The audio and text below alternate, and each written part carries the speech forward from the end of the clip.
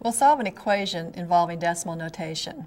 The equation is 4.8 times y equals 404.448.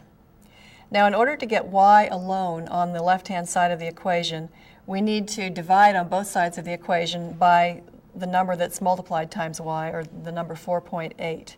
So we would have 4.8 times y divided by 4.8 is equal to 404.448 divided by 4.8. On the left-hand side, we just have y alone, and we need to carry out this division to find what y is equal to.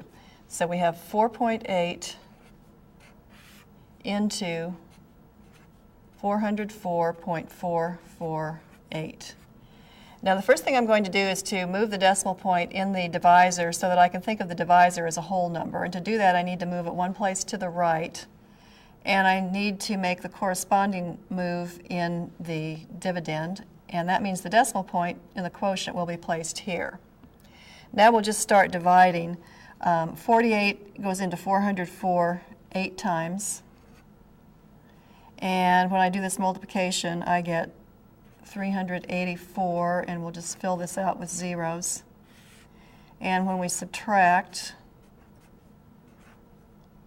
we have this. Now I'm looking at 48 into 204, and that goes 4 times. And when we do the multiplication, we get 192 and the 2 zeros. Subtracting, we get this. Now I'm looking at 48 into 124, and that will go twice.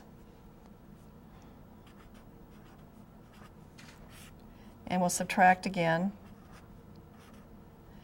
And now I'm looking at 48 into 288, and that goes 6 times. And when I do the multiplication, I get 288. So we've finished, and we see that y is equal to 84.26. So we say the solution is 84.26.